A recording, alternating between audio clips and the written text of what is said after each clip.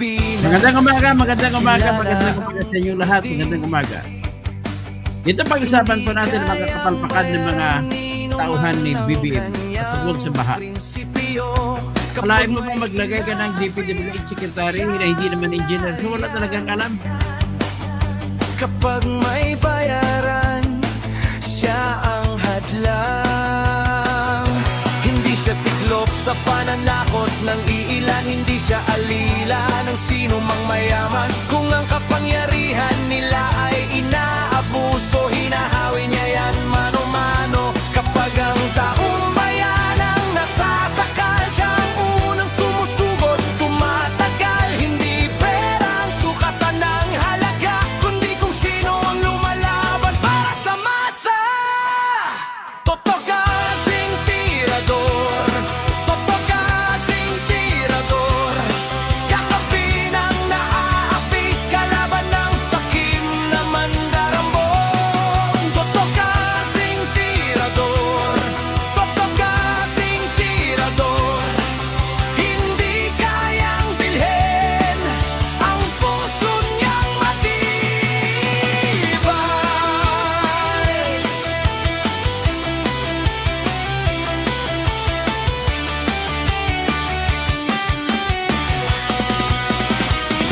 Mga magnanakaw sa pondo ng bayan, nanginginig kapag siya ang nandyan. Bawat piso, bawat sentimo, kailangang sagutin sa mata ng tao. Walang ngiti para sa mandarambong walang pwesto, para sa sumisipsip kapag ang hustisya ang pinag-uusapan. Siya ang bantay sa gitna ng laban. Kung may nilulunod ang kasinungalingan, siya ang boses na hindi tatahimik. Sa bawat galaw ng mapagsamantala may salubong na paninindigan niya. Toto kasing tirador, toto kasing tirador, kakampi ng naaapi, kalaban ng sakit na buwaya. Toto kasing tirador, toto kasing tirador, hindi kayang bilhin ang puso niyang matibay.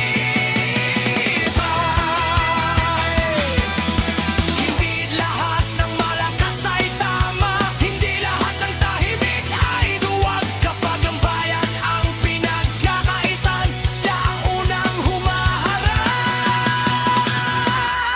Toto kasing tirador, toto kasing tirador, kakampi ng naaapi, kalaban ng sakit na buwaya. Toto kasing tirador, toto kasing tirador, sa taong bayan nagkatayo, hanggang dulo ang paninindigan.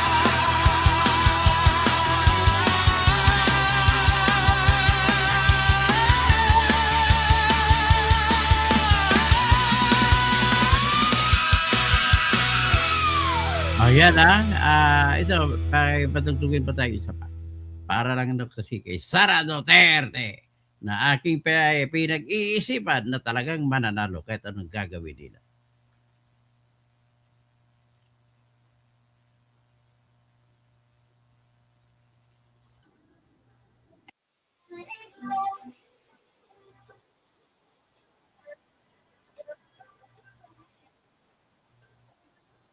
Ulit. Si BBM. Sara, Sara, wala nang iba. Sara, Sara lang pag-asa. Sara, Sara, siya lang makapakulong. Mga kontraktor ubusin niya. Si BBM Sandro ikulong niya. Si Tamba Zaldi ikulong niya. Tapang at malasakit ibalik, para bayan ay manahimik. Durugin ang sindikato sa korte, sa DPWA, sa DS Void sa PhilHealth. Okay, so yan ang pag-usapan natin ngayon. Ay itong si Vince Dizon. Nakakahiya ka, Vince? Kakahiya ka? Pakinggan muna natin ang interview sa kanya.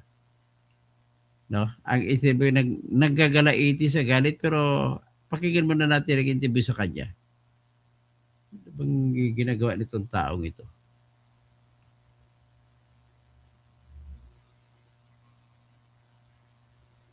Kasi ang sinasabi niya, natitibay ko na ang gagawin niya na mga ayos sa EDSA. Ang nangyari, isang wala pang isang taon ay naggiba na. So that's how bullshit is this government. So yan po ang nakikita natin. Ngayon pakinggan po natin yung sinasabi dito. Sana ba yung mga kwan?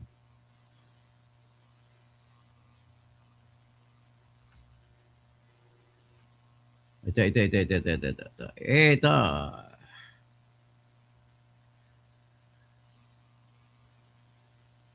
So, ito, pakinggan natin ha. Galit na galit siya. Sobrang galit. Ay, nakakahiya talaga. Engineer ako. Alam ko ang gagawin kung ako ang DPWH Secretary. Ikaw, hindi lagay ka DPWH Secretary, hindi mo naman alam ginagawa mo. Pakinggan natin yung DPWH Secretary na hindi engineer. Dahil sa sira sa EDSA, wala pang isang taon, 6 na buwan pa lang nakalipas, ang inayos na sa EDSA, giba na. Puta naman, oh. Ano nangyari nito eh? Kabago-bago. Bakit nagkaganyan? Pinaka-depressed na section, sir. Putang ina talaga. Oh. Dapat na-anticipate natin to eh. Parado eh. Wala, Ayan, oh, hindi Carlo. gumalabas oh. Kita mo doon, oh. Tinan mo, Hindi ayan. yun. Hindi gumalabas eh. Hindi gumulusot oh. So, ang nangyayari, since lowest point to ng phase 1, lahat ng tubig, kita mo naman, oh, ayun, oh, lahat ng tubig na bumababa dito, naiiwan. Wala kasi tayong drainage dito eh. Ideally sana, may drainage ka dito sa gitna para nagde-drain sa dito. Pero wala eh. Dahil sa mga barrier ng busway, hindi nakakalabas yung tubig. Nagalit na nga ako sa mga to eh. Bakit hindi naman Akala ko ba magaling ka? Kung magaling ka po, ang engineer lang dapat sana pinahandle mo yan, hindi ikaw. Eh ngayon, sinisisi mo yung traffic barrier na dinadaanan ng mga busway na naging dahilan na hindi nakalabas ng tubig at nagdulot ito ng mga bitak-bitak. Ibig sabihin ng mga nilagay mong asfalto, tanggal. nang na-anticipate yun? Iniisip nila, magde-drain naman yung tubig dun sa mga butas na yan. Eh, hindi nangyari. Early this morning, maglalagay na ng gaps dyan para lumabas yung tubig. Tapos, pag inayos natin to, kailangan i-stroke natin ng paganon. Pagka medyo para kang gumanda na yung engineer, panahon, ayusin na to ng permanente. Fix it, no cost to government, the contractor has to fix that. And then we have to just make sure that the Aba, sinisisi mo kontraktor binigyan nyo ng pera, binigyan kayo ng kontraktor ng pera kaya substandard ng trabaho. Substandard! Substandard! Grabe. water does not stay. O yan so ngayon, iyan ang sinabi niya.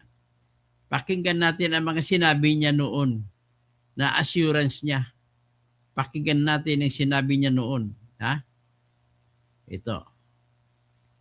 Mga 6 months ago, sinabi niya, ay, pag hindi ka engineer, hindi mo po alam ang trabaho dyan. Kami na ng mga engineer ang marunong dyan. Ito ay ginawa mga 6 months ago pa. Interview. Pakinggan natin ang interview sa kanya. How can you assure us that yung gagawin pong rehabilitation sa EDSA will last us a long time at hindi po after 1 year or 1.5 years ay butas-butas na Ganda naman pong ito? tanong yan. Unang-una, Gandang ang tanong. ginagamit nating aspalto ngayon at itong pagre-reblock natin, no, talagang piling-pili. Talagang pinipili. Bakit ang katuklap? Tuklapan ng mga kalsada mo ngayon. Sabihin, nung una kasi ang plano, Pinky, talagang babakbakin yung buong EDSA mula Rojas Boulevard hanggang Monumento. Yan, tinanggihan ng Pangulo yan. Sabi niya, find a better way para hindi naman mahirapan ng mga kababayan natin. Ang problema, ang problema, wala ka naman kakahiyan kasi hindi ka engineer. Kung ano better way. Naku, waiting. And find better technologies that other countries have. Better technology, ha? Eh bakit pumalpak? Hindi kayo naka-find? Using already. So, yan ang pinilit natin gawin, no? Napilit niyang gawin. Nagawa niyo na ba? Talagang yung mga engineers natin naganap ng bagong paraan at ito na yon, no? Yung bagong Yan na yan, ha? O ngayon, fast forward, 6 months later, ito na ngayong araw. Bakit puro backpack? paraan gumagamit tayo ng mas matibay na asfalto na ginagamit lang sa Pilipinas ngayon sa ating mga expressway, sa mga sa NLEX, SLEX, Skyway, SCTEX, etc. Natawa-tawa ka. At sa mga runway, sa mga airport. First time natin ginamit itong asfaltong ito sa Natatawa si Pinky, si Pinky Wave sa'yo. ating mga Is it normal national road. I'm assuming it's more expensive than the It's a usual. little more expensive, pero dahil nga nagbaba din tayo ng presyo ng ibang mga materyales, actually, mas mababa. At nag-reduce tayo dramatically nung scope of work. Yung original na 17 billion na budget para dyan, tingin ko lampas 5 billion lang, o wala pang 6 billion. Wala ba 6 million? Ang gagastusin natin for the entire stretch of it. Northbound and southbound. Both. And Both how yan. long is that supposed to last? Ang sinasabi sa atin, minimum 5 years. 5 years? Eh bakit wala pang banyer na sira na? How can you assure us that yung gagawin pong rehabilitation sa EDSA will last us? Wala na. Ano na? Resign. Grabe, ito, pakinggan muna natin isang... Ay, nako, paano ba ito? Dapat mag-resign ka na, amigo. Hindi ka naman engineer. Kakahiya sa aming mga engineer yan. Ayon kay DPWH Secretary Vince Dizon, nasa 50% na ang pagkukumpuni, kabilang ang pagsasaayos sa mga sidewalk. Nakikipag-ugnayan na rin ang ahensya sa MMDA. Ang malita, sa posibleng problema, wala nang laman. 24/7 road work sa darating na Holy Week. Tekla, good morning. Andres.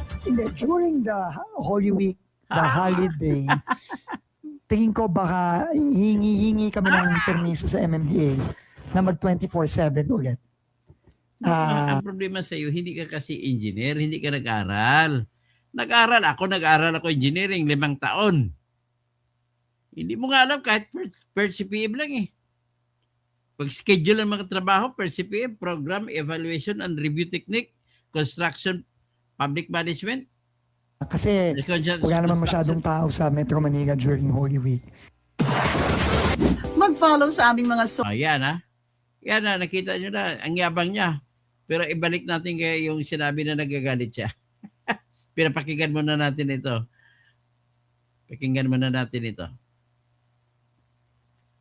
Nakakaya. Kung ako ang kaibigan mo, nahihiya ako sa iyo, Vince.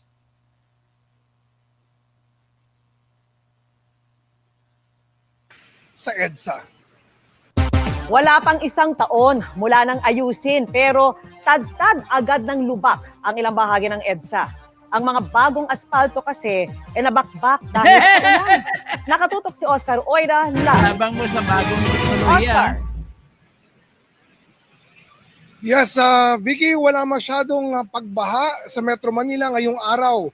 Pero ang mga naging pag-ulan nitong managdaang araw, nag-iwan ng ilang bakbak na kalsada sa EDSA. Ang tawag niya, back road. Matapos humupa ang mga pag-ulan sa Metro Manila ngayong linggo, ito ang bumungad sa mga motoristang dumaraan sa EDSA. Natadtad na naman ng lubak ang pangunahing lansangan ng Kamaynilaan.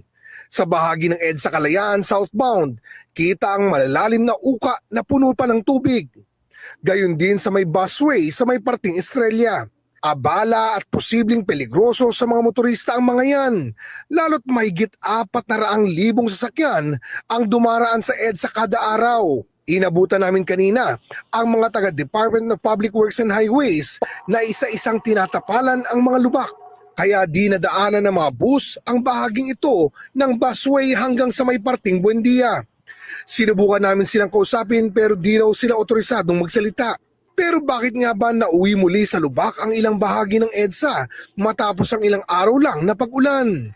Yan ay kahit katatapos lang ng Phase 1 ng road reblocking ng EDSA kasama ang bahaging nakitaan namin ng lubak. Matatanda ang sinimulan niya noong bisperas ng Pasko noong nakaraang taon at ginasusan ng 1.2 bilyong piso. Sinusubukan pa naming makuha ang panig ng DPWH ukol sa mga nasirang bahagi ng EDSA. Samantala, Vicky, dito sa kinaroroonan natin sa may EDSA southbound lane, particular dito sa may bahagi ng Makati bago sumapit ng Rockwell, kapansin-pansing mabagal na ang daloy ng trapiko sa mga sandaling ito. Hindi pa rin nagagamit yung busway na gaya ng sinabi natin ay patuloy na kinukumpuni ng mga tauhan ng DPWH sa mga oras na ito. Vicky? Maraming salamat sa iyo, Oscar Oida. Ano ngayon sabihin mo niyan? Anong paliwanag na naman yan, Vince Dizon? Ha? Vince Dizon, ano naman paliwanag ang gagawin mo? Ito tuloy, napulaan ka. 1.2 billion ang project yan. Wala pang isang taon, giba na. Sabi ng mga Ilonggo, di puta. Ha? Wala pa sa katuig. Wasakron. Yan. Yan po, makikita ninyo.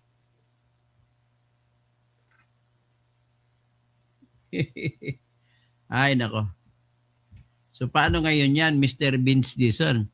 1.2 billion EDSA rehabilitation project na binida ni Dizon noon.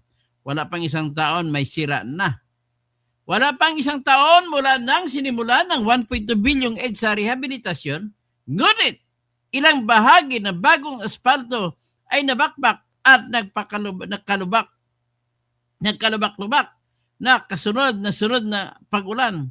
Sa olat ng 24 oras kabilang sa mga nasira ang ilang bahagi ng EDSA southbound sa kalayaan natin sa busway kung saan nakikita rin ang mga tauhan ng DPWH na nagkukumpuni at nagtatapal. Ang phase 1 ng proyekto ay sinimulan noong disperas ng Pasko noong nakaraang taon dahil sa maagang pagkasira ng ilang bahagi umano ito ng mga tanong sa social media tungkol sa kalidad at tibay ng rehabilitasyon. Okay?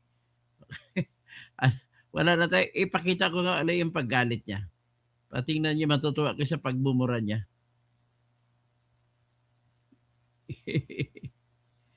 Ay, nako, Vince Dizon. Hindi po kayo engineer, kaya mag-resign na kayo dyan. Hindi po kayo engineer. You are fooling engineers eh. Trabaho namin yan, engineer, inaagaw mo. Puta naman, oh. Ano nangyari nito eh? Kabago-bago. Bakit nagkagad na? Pinaka-depressed na section, sir. Putang ina talaga, oh. Dapat na-anticipate natin to eh. Parado Brian eh. Oh. Rodriguez. Ayan, oh, hindi gumalabas, oh. Kita mo doon, oh. Tinan mo, ayan, oh. Hindi gumalabas eh. Hindi gumulusot, oh. So, ang nangyayari, since lowest point to ng phase 1, lahat ng tubig, kita mo naman, oh, ayun, oh, lahat ng tubig na bumababa dito, naiiwan. Wala kasi tayong drainage dito eh. Ideally sana, may drainage ka dito sa gitna para nagde-drain siya dito. Pero wala eh. Dahil sa mga barrier ng busway, hindi nakakalabas yung tubig. Nagalit na nga ako sa mga to eh. Bakit hindi naman nang anticipate yun eh. Iniisip nila, magde-drain naman yung tubig dun sa mga butas na yan. Eh, hindi nangyari. Early this morning, maglalagay na ng gaps dyan para lumabas yung tubig. Tapos, pag inayos natin to, kailangan i-slope natin ng paganon. Para kang engineer, na yung panahon, ayusin na to ng permanente. Fix it, no cost to government, the contractor has to fix that. And then we have to just make sure Brian, that the water does not ano strip. sabi mo, Brian Rodriguez? Ito lang po, ako ay magsasalita bilang isang engineer. Bilang isang engineer po, magsasalita ako. Ano sasabihin natin? Ang sasabihin ko po ganito yun. Ang asfalto po na nilagay ninyo ay pinatong lang ninyo sa simento. Ngayon, ang asfalto po, ang ugali ng asfalto, kapag mainit ang araw, kumakapit yan ng husto sa tinapatungan ninyo. Ang problema, nakapatong ba yan? Kung umulan, lalamig ang asfalto, ay dadaanan ng gulong tutuklap yan. So, wala pong mangyari. Ladies and gentlemen, ang asfalto po ay ginagamit na pantago ng kabulukan sa pag-construct. pag magsagawa ako ng highway at ang highway na gagawin ko ay halimbawa, ang dapat na timpla 1:2:4. Kada apat na buhangin. 1:2:4. Sige, 1:2:4 ay dapat isang simento. Ang ginawa 1:2:10 eh. Sa 10 na pungke na bag ay na buhangin at bato ay isang bag na ng simento. So, gigiba, magka-crack. So, ang style po nila Brian Rodriguez ng DPWH, ng mga kontraktor, para hindi po kagad-agad masira, mas mura ang asfalto. Pagkatapos nila simento ng highway, tatabunan ngayon ng asfalto. Ang tabo na asfalto, yun po ang magtatago sa depekto ng mga ginawa na highway. Pumunta po ako sa Vietnam, doon sa Ho Chi Minh, sa Saigon. Mga simento, doon lang ako nakakita ng mga kalsada na walang asfalto. Ang gaganda, smooth pa ang mga kalsada. Kaya bakit hindi natin gayahin ang Vietnam? Dito naman, no? Wala talaga. Ano, mag-resign ka na dyan. 1.2 billion asfalto? Anong klase? Anong klase yung proyekto yan? O, sige, paki-share mo na lang. Paki-like. At paki-like na lang ako. Paki-follow ako sa Facebook, sa TikTok, sa Instagram, at saka sa Twitter. At saka, kung lagi ninyong alalahanin, kailangan ilaban natin ang ating bayan, ilaban natin ang konsensya. Kaya ilalaban natin ang konsensya kung tayo patuloy na nagkipaglaban. Okay? So, walang api at kung walang magpapaapi. Ang sabi ni Freddy Aguilar, ang pinakamagaling na Ilocano singer, sabi niya, ang nagwawagi ay hindi umaiyaw. Ang hindi umaiyaw ay nagwawagi. Ano? Ang nag-ayaw ay di nagwawagi. Ang nagwawagi ay di umaayaw. Oh, tandaan niyo po yan. Ha? O, gano'n na lang. Magandang umaga po.